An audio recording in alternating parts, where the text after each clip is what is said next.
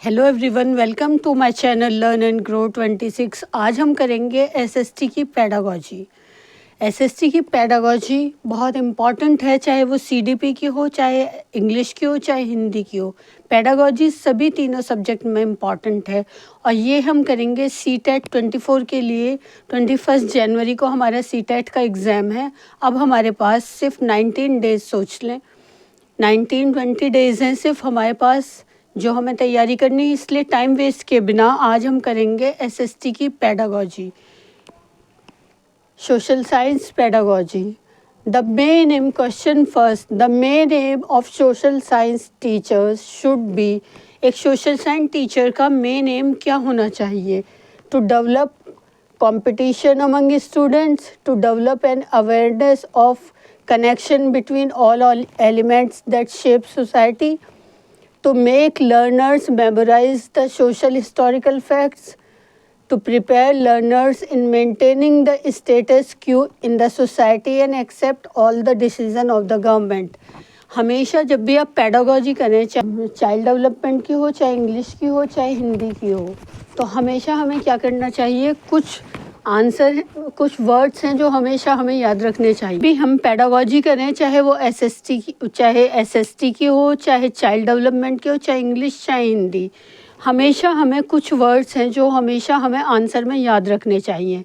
एक तो फीडबैक जिस भी आंसर में है हमें उसे करेक्ट करना है, रेमेडियल है उसे करेक्ट करना है, और अवेयरनेस है उसे करेक्ट करना है। हमेशा जिसमें भी अवेयरनेस हो, फीडबैक हो और मेमोराइजेशन को हमेशा हमें रॉन्ग करना है। जिस भी आंसर में हमारे मेमोराइज हो वो हमेशा हमारा रॉन्ग है। जिसमें मेंटेनिंग स्टेटस है, ये स्टेट मेंटेन थोड़ी ना करना हमें सोसाइटी में। सोशल साइंस टीचर का काम ये थोड़ी ना होता है। कंपटीशन थोड़ी ना करना हमें, कहीं भी कंपटीशन हो, मेमोराइजेशन हो, रिकॉल हो, वो हमेशा हमारे आंसर रॉन्ग होते हैं। और जहाँ पर डायग्नोस्ट हो, रेमेडियल हो और अवेयरनेस हो और फीडबैक हो, वो हमेशा हमें आंख बंद कर कर सही कर देने हैं answer. To develop an awareness बच्चों के बीच में करना, यही तो एक सोशल साइंस टीचर का है कि वो अवेयर कराए, वो पहचान कराए, वो सबको बताए बच्चों को कि कैसे हमारा connection between all elements that shape society, जो हमारी सोसाइटी को शेप देते हैं, उन सभी एलिमेंट से हमें अवेयर कराना है बच्चों को। सोशल साइंस टीचर का मेन एम क्या होना चाहिए? उन्हें अवेयर कराना। अब question number second, an example of secondary source is. Secondary source का इसमें से कौन सा एग्जाम्पल है? कॉन्स्टिट्यूशन है, census report 2011, record of registration of birth and death है, या or past NCERT textbook in the history for class 6। तो इसमें ये भी रॉन्ग है क्योंकि हमें रिकॉर्ड सेकेंडरी में नहीं आता है, कॉन्स्टिट्यूशन भी फर्स्ट में आएगा, प्राइमरी में सेंसर भी नहीं आएगा, तो हमारे सेकेंडरी में क्या आएगा? Or past NCERT textbook in history for class 6। Third question, the primary purpose of assessment in social science is. हमारे सोशल साइंस में असेसमेंट टेस्ट लेना वो प्राइमरी पर्पस है, तो वो उसका असेसमेंट का क्या रोल है? हमें टेक्स्ट बुक का या किसी भी चीज़ का हमारी चिल्ड्रंस को पढ़ाने में क्या रोल है? To recall textbook knowledge and reduced exam stress for all learner. कभी भी कोई रिकॉल और मेमोराइज हो, वो आंसर हमेशा हमारा रॉन्ग होता है। कैटेगराइजिंग भी रॉन्ग होता है और कंपटीशन भी रॉन्ग होता है। हमेशा हमें कैटेगराइज नहीं करना है, लेबलिंग नहीं करना है। To bring highlight social difference among western learner, नहीं, डिफरेंस भी हमेशा रॉन्ग होता है। तो हमारा आंसर क्या होगा? To give learner feedback and setting standard for them to strive towards. हमेशा फीडबैक, रेमेडियल और डायग्नोस हमारे वो सब क्या होते हैं? वो आंसर हमेशा हमारे राइट होते हैं। तो इसमें क्या है? फीडबैक देना। फीडबैक मीन्स होता है कि बच्चे ने जो गलत करा है उसे फिर से हम सही कराएं। डायग्नोज मीन्स होता है जो टेस्ट लेने के बाद हम उसको बच्चे का जो इम्प्रूवमेंट करते हैं, और रेमेडियल होता है कि बच्चे के अंदर जो वीकनेस है उसे हम फिर से बार बार उसको वही वर्क देकर, करेक्शन देकर, स्पेलिंग की डिक्टेशन लेकर, या फिर उसे बार बार उस चीज़ को सॉल्व करने के लिए देकर उसे सही करें हम। उसे कहते हैं डायग्नोस करना और रेमेडियल करना। In 2000, question number 4, in 2006, the form of government in Nepal changed from monarchy. 2006 में नेपाल में गवर्नमेंट चेंज हुई थी, मोनार्की से उन्होंने कौन सी गवर्नमेंट आ गई थी वहाँ पर? फिर जब मोनार्की को उन्होंने चेंज कर दिया था तो कौन सी गवर्नमेंट आई थी फिर उसके बाद यहाँ?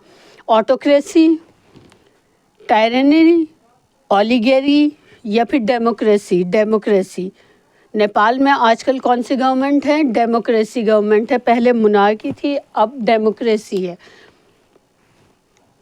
हम करेंगे question number 5।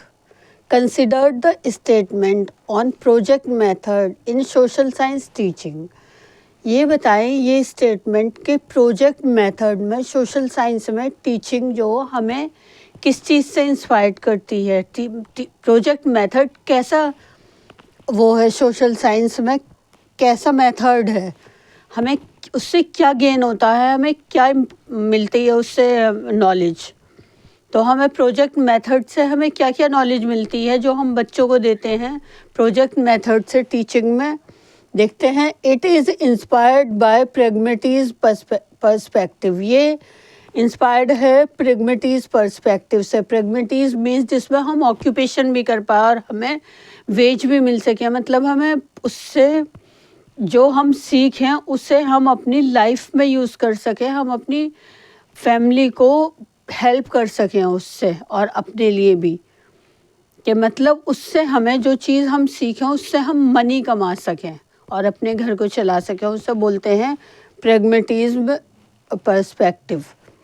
It turns learners into a discoverer. ये एक लर्नर को डिस्कवरर बनाता है कि मतलब वो खोज करना चाहता है आगे, उसे खोज की लगी रहती है, वो एक कि मैंने ये करा है तो इसका क्या फ़ायदा होगा, क्या नुकसान, वो एक लर्नर को ये बनाता है। जी दोनों सही हैं। It is entirely a teacher centred method. नहीं, ये टीचर सेंटर्ड मेथड नहीं है। It allow us learning through self directed activity. इसमें सिर्फ ये रॉन्ग है। तो इनमें से कौन सा चूज़ द करेक्ट ऑप्शन, के कौन सा रॉन्ग है? इसमें ये भी सही है, ये भी सही है, ये रॉन्ग है। टीचर सेंटर्ड नहीं है, ये भी सही है। तो अब हम देखते हैं ए, बी और डी हमारा सही है। ए में क्या है हमारा? A, B are correct. B में क्या? A, B and C are correct. A, C and D are correct. नहीं, A, B and D are correct. A, B and D are correct. तो हमारा आंसर क्या हुआ इसमें सही? ये कि हमें प्रोजेक्ट मेथड क्या क्या सिखाता है, क्या इंस्पायर करता है, कि उससे हमें क्या इम्पोर्टेंस है प्रोजेक्ट मेथड की टीचिंग में सोशल साइंस में। कौन सी स्टेटमेंट सही है इसमें? प्रैग्मेटिस पर्सपेक्टिव भी है, वो हमें एक डिस्कवरर भी बनाता हो, वो अलाउ करता हमें सेल्फ डायरेक्टेड एक्टिविटी, कि हम अपनी एक्टिविटी खुद करें। अब question number 6, the right to pollution air free has been recognized as part of which particular fundamental right in India. ये क्वेश्चन मुझे बहुत इम्पॉर्टेंट लगा था इसलिए मैंने इंक्लूड कर लिया है। ये पेडागोजी का नहीं है लेकिन इम्पॉर्टेंट क्वेश्चन है।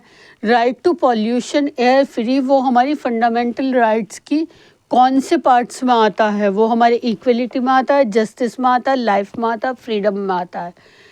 वाटर को और एयर को क्या कहते हैं? वो हमारे अपनी लाइफ कहते हैं, कि ना पानी के बिना ज़िंदगी है, ना हमारी एयर के बिना ज़िंदगी है।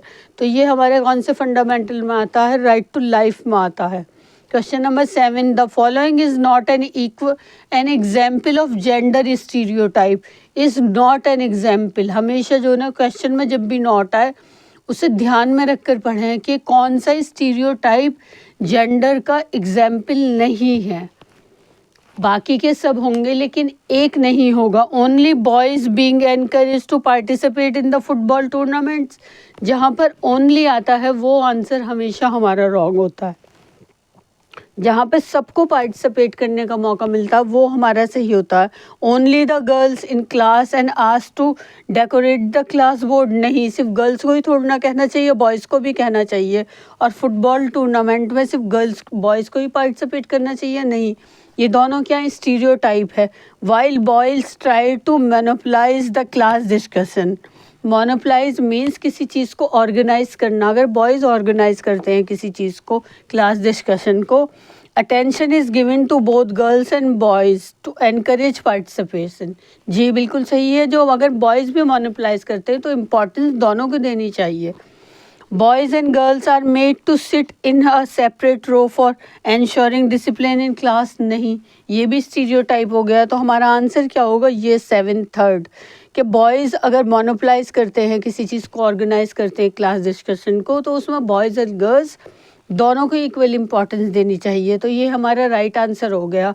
Thank you for watching my videos और बने रहिए और आगे भी मेरे साथ आगे भी और करेंगे SST pedagogy, social science pedagogy, और बने रहिए मेरे साथ. और प्लीज़ सब्सक्राइब माय वीडियोस और कमेंट और शेयर भी कीजिएगा. बूंद बूंद से ही सागर बनता. आप ये ना सोचें आप एक कमेंट भी आपकी बहुत इम्पॉर्टेंट है.